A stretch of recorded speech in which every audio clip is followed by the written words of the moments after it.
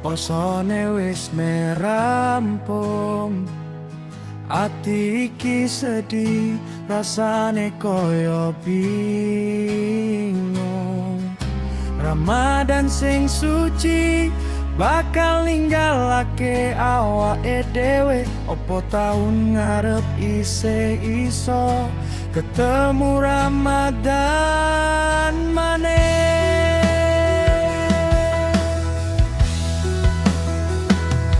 Saben bengi tadarus, saben sore ngenteni beduk.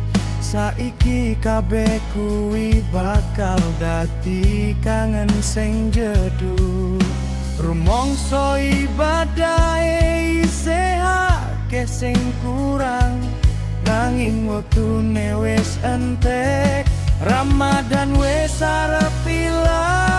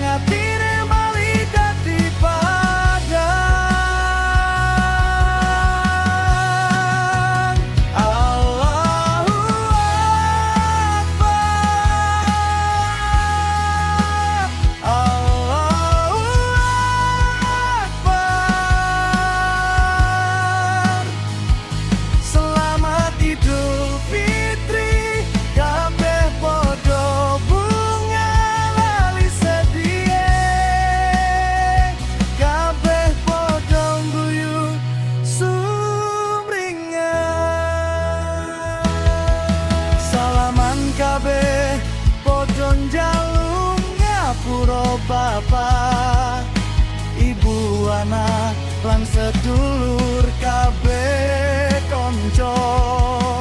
Mangan ketupat bareng opo wis cemawe. Dino sing suci iki ojo nganti ono sing nangis.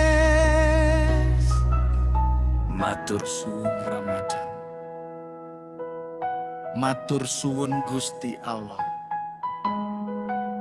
Ketemu maneh ing taun ngarep kanthi suci sugeng riyadi. Mugi kita kabeh dadi wong sing mulya.